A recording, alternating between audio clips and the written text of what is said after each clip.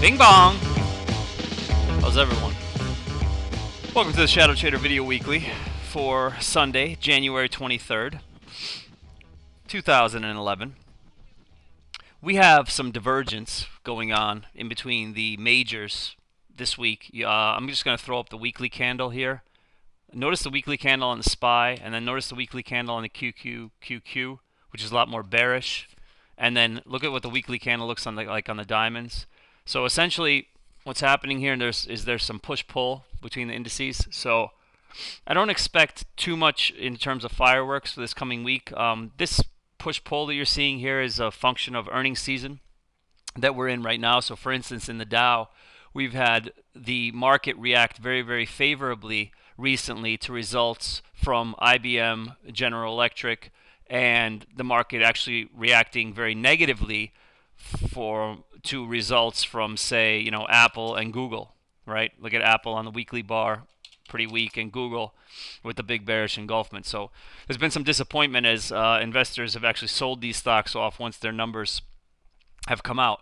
We should probably expect that the same thing is going to continue. We know that we have McDonald's on Monday morning, and we have Netflix on Wednesday, and we have Amazon on Thursday. So I would expect that the same thing is going to happen. We're probably going to see relative strength in the Dow, possibly, maybe some relative weakness in the NASDAQ.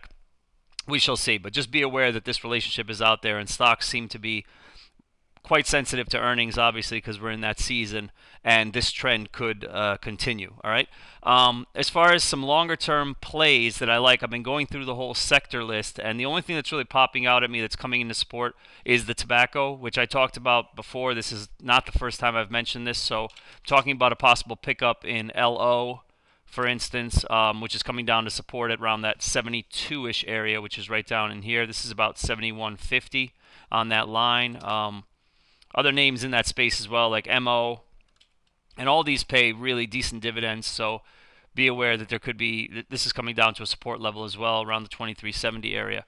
LO I like the best because I think it has the kind of the biggest range, most chance for movement. Basically, there's a lot of beta here, so I'm quite interested in this one at that support level, and I think it's going to tie right in with that tobacco index. All right. The other idea, so to speak, that I'm really focusing on in the coming week is going to be the touchdown into support of crude oil and gold, and also the mining stocks, the GCs as I call them, which is the gold contract in the futures, is finally starting to come down a bit into what I think is a buy point. What I've been saying should be a buy point here at the 38.2 Fibonacci retracement, which also ties in right with the support levels here. So right now we closed around 1341.60 on the front month contract, and I'm thinking that the buy point is anywhere in the 1335-ish and below area. Okay, so just be aware of that. I'm going to be looking there over the course of the week. Also, the crude contract, which can be mirrored by USO, looks like it's coming into some trendline support. I've been talking about this a lot, both in this venue and in the Squawk Box, that I'm interested on a touch at the $37 area. So be aware that trendline support is coming up. And also GDX, which does not track gold itself, but tracks a basket of mining stocks, such as Newmont, Royal Gold, AEM, AU, etc. That is also coming into pretty strong trendline support, and also a 200 period moving average. So I've been building a position here as well. So I've been talking a lot about that in the Squawk Box. Speaking of the Squawk Box, if you don't know, I am on the air, taking back over my old gig as the moderator of the live chat room on Thinkorswim every day from 9:15 a.m. to 11:30 a.m. Eastern, and then also from 1:30 p.m. to 4 p.m. Eastern for the afternoon session. So if you are on the TOS platform, just click on support chat or live audio, and you can check me out there.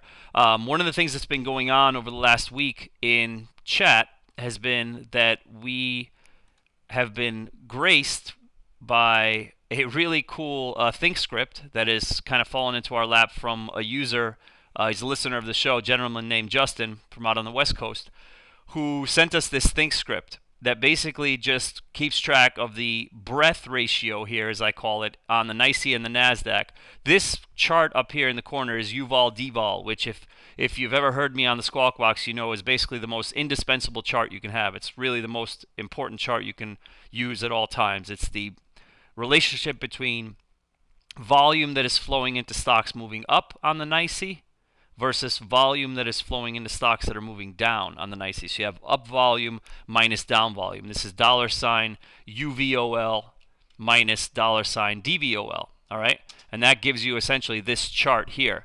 But beyond that, we can also look at the breadth another way, where we can say how many times is the up volume to the down volume. So for instance, right now on Friday we closed relatively close to parity, and the up volume was only 1.31 times the down volume. So the ratio was 1.3 to 1. On the NASDAQ we had negative breadth, so the down volume was coming in 1.75 times the amount of the up volume, essentially.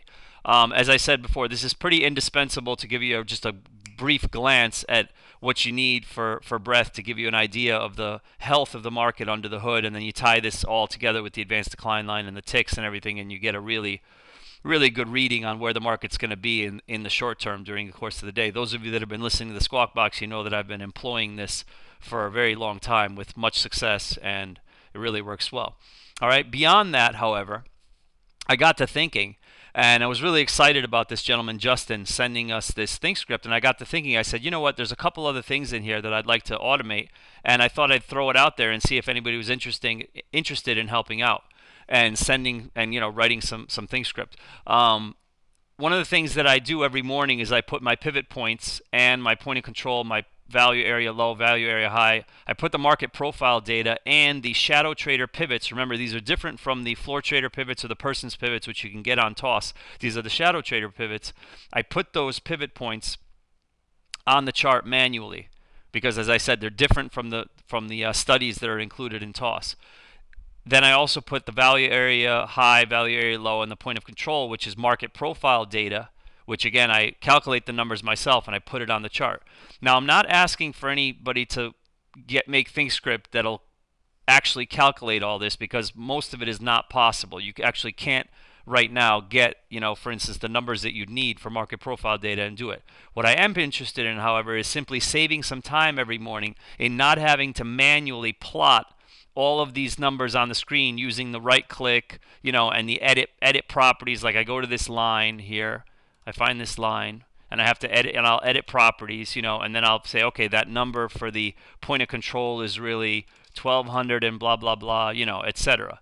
All right, and then I have to punch it in, then I put the little text tool. So what I'm interested in is can anybody put together some ThinkScript that will, when we edit studies, give us just 10 boxes to enter in, right? So you'd go into studies, and you'd find the study that the person creates, and we'd have it here, and somewhere right in here there would be an order entry of like 10 little boxes, and you would literally enter in whichever ones you wanted to put on the chart. Like let's say you just wanted R2, R1, pivot point, and S1. You would enter in those 4, and then you wanted to also plot your value area high, your point of control, and your value area low. You would just enter in those 3, okay? Now this is not going to be a very difficult script to write, and I've played around with ThinkScript before, and I could certainly put this together myself with some time. But the reason I'm putting it out there is because every time that I've had people from the show send me ThinkScript, somebody always thinks up a really cool tweak that I would not have thought of. So this is definitely the type of thing where I want more heads than just mine attacking the thing. So if anybody can think up a cool way